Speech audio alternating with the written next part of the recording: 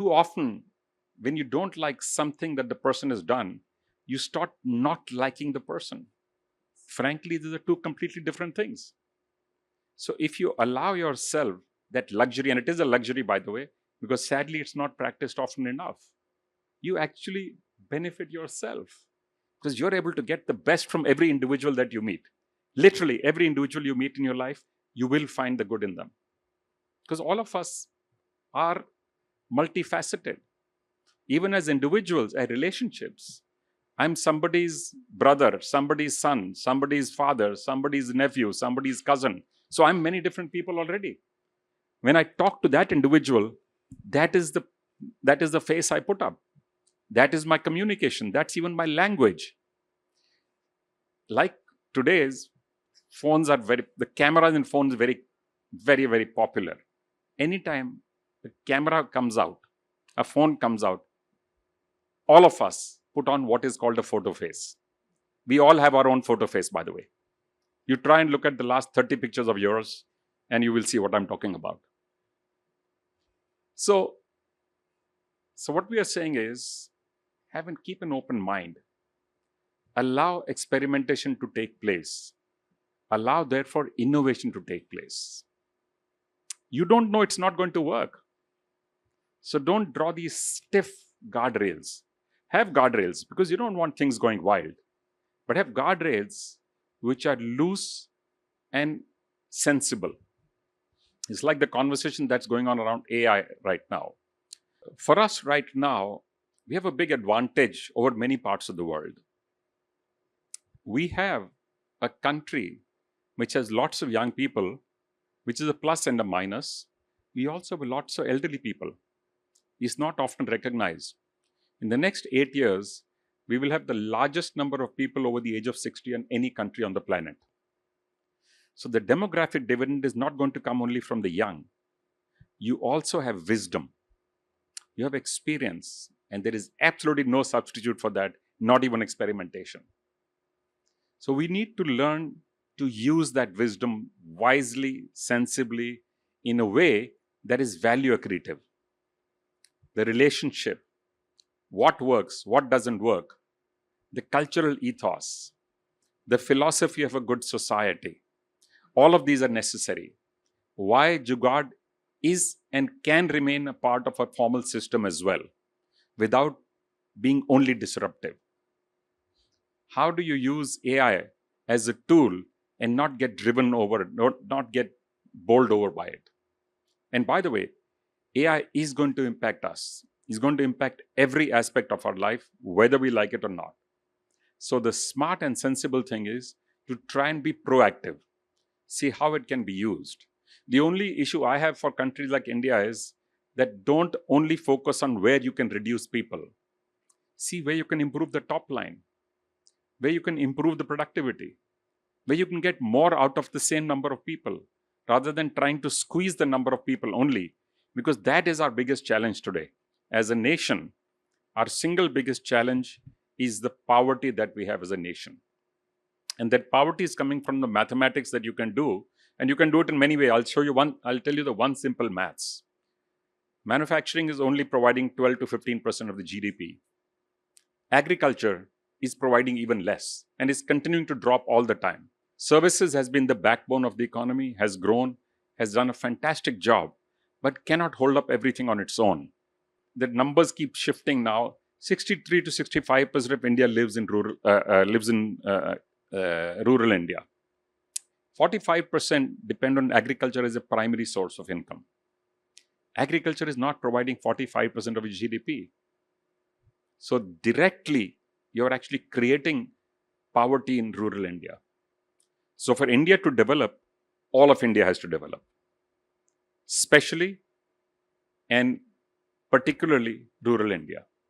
So it is important, therefore, as we grow productivity, you will need less people on the farms. You will need a parallel non-farm economy. You will need a parallel post-harvest economy. Both at this moment are minuscule. They're almost nothing to speak of, but both have an immense possibility. Let me throw out an idea for those of you who are interested in new ideas.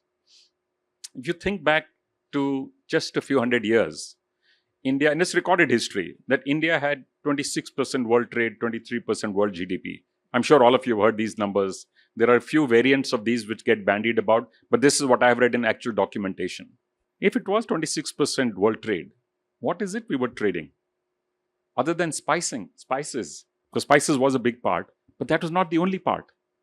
It was our silks, our jewelry, our handicrafts, our woodwork, our jali, our ivory, our bell metals. I can go down this list. There are over 1,000 items of handicrafts that India was producing and supplying to India and supplying to the best in the world. Across the globe, you will still find Indian products, even today, which were supplied at that time. You will, of course, find them in museums, etc., but you will also find them in collectors. Now, that skill still lies, most of it is in rural India. Those people, down the generations, have been teaching every next generation that skill. There's no blue book, it's not documented, but it's verbally taught. When you teach people verbally, you also expect them to practice it. What happened was their connect with the markets got cut off. So they're making the same things today they were making 400 or 500 years ago. And you and I are not buying those products any longer. So there's no market for them. With the result that it's shrinking, going down, and there is no livelihood. So when the youngster says, I want to go and become a sales girl, I want to go and join a call center, I want to go and join an IT services company, the parent says, Jao beta, there's no work here, please go. So it sets in motion a chain which has many, many components to it. First is the massive migration we are seeing from rural to urban India. Our urban infrastructure is not designed for the kind of population we already have, and there's more flooding in every day. If we can just get the ideas of what the new products are that the contemporary buyers are using and create that connect with the market for them, please imagine what you have lying in store for you. Potential to create 100 to 150 million sustainable economic opportunities. No 5 or 10 industries put together can do this. And this would be sustainable, by the way. This can continue down generations. So how can we become a manufacturing industry? By exactly what I said. Focusing on efficiency, productivity, consistency, quality, customer service. The basics is what has been the challenge. The basics have been missing very often. We're trying to get in and make quick money. Only on the basis of valuation, you cannot build a long-term business. The business has to develop the long-term valuation. The product or service has to meet the need which I was talking about earlier, which is why even our investment office does not fund projects or companies who said, I have a great idea. The more I grow, the more money I will lose, the more money I will raise, and more my valuation will be. That model we neither understand nor fund. But if you say, I'm not making money today, this is my plan, 2 years from today, 3 years from today, this is how we'll get there, and I'll keep growing beyond that. That's fantastic. So manufacturing has to understand, like anything else, all products, because of technology, because of communication, because of much more open communication with the world, will have to be world class. Every product has to be competitive, both in price as also in its quality and consistency and who it addresses. Therefore, the ability to understand customers in the depth and the diverse needs of different customers is an essential requirement. And manufacturing for us is an essential growth area. We cannot but grow this. So it's not for no reason that many governments in India now, this is the 5th or the 6th government that I've heard saying we need to grow manufacturing. Now, for the first time, we're actually not, I shouldn't say for the first time, but now we're doing some significant, serious stuff to actually grow manufacturing. The world's largest manufacturing sector is electronic hardware. And we are putting in a full value chain, starting from designs to OSAT, to fab facilities, to packaging, to all of them, and then downstream. Now, we do know that almost any activity in the world today requires silicon wafers and semiconductors. So the smart thing is to do it ourselves, is to build that capability. Defense requires it, Everything requires. Your toothbrush today has the electric toothbrush has a chip in it. Every car will come to a stop. As we saw happening a couple of years ago, there was a shortage of chips. So the car production went down. So for us, it is essential that we understand quality should not have to be asked for. It has to be inherent and inbuilt into everything that we do. Therefore, our integrity becomes important. Honesty, how you behave when nobody is looking, that is the real test. Not how you behave in front of a room full of people, but what do you do when no one is watching? That is the real test. So if we can be honest to ourselves, you will automatically be honest to the world. And we are natural adopters of technology. We have done it for the world. It is about time we also do it for ourselves. And we can do it quite quickly, as we have seen in a few cases of banking, of telecom, of insurance. We've seen how quickly you can transform. The pharma industry has shown us what capabilities India has. But even there, we have been scared of the long research cycle. Now, there are AI models. We are funding companies which are using AI to cut short the research and development cycle, in some cases by 30 to 40%. I just saw a report yesterday which says it will be possible to cut it down by 90%. Now, that is true use of AI. That is phenomenal. You want to do things which truly benefit society and are available for leisure, for pleasure, for aid, for help, for support of the elderly. Look at the opportunity we have. We are saying we have a large elderly population. We have no product or service available for them today, not one. You don't make chairs for them. The chair height is required to be 2 inches higher than a standard stool. The toilet seat is supposed to be different height, as you will know very well. So clothes are required to be different. The handle of the knife and forks are required to be different. So if we start applying our mind, you will find there is opportunity all around us right now. We are sitting in the thick of it.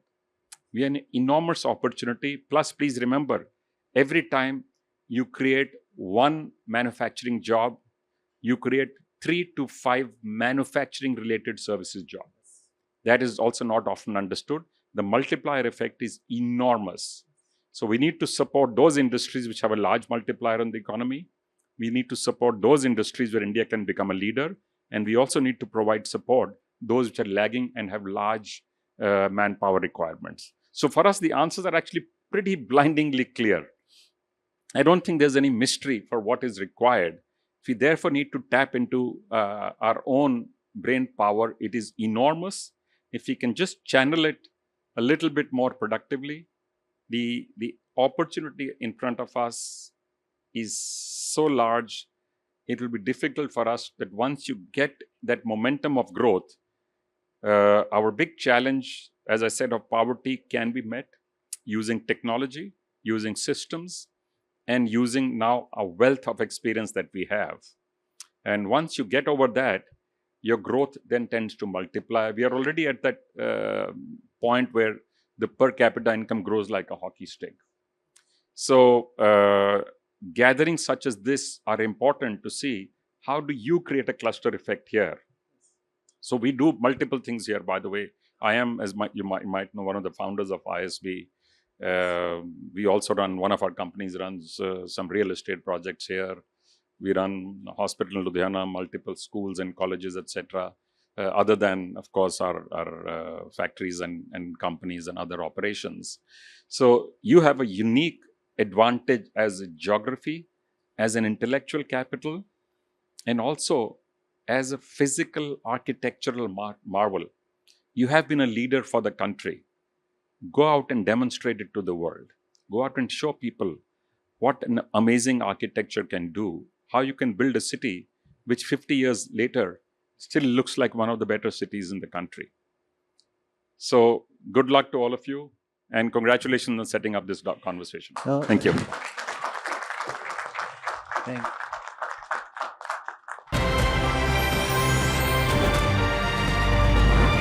Forbes India Leadership Awards 2026 Leadership Circuit, presented by Federal Bank.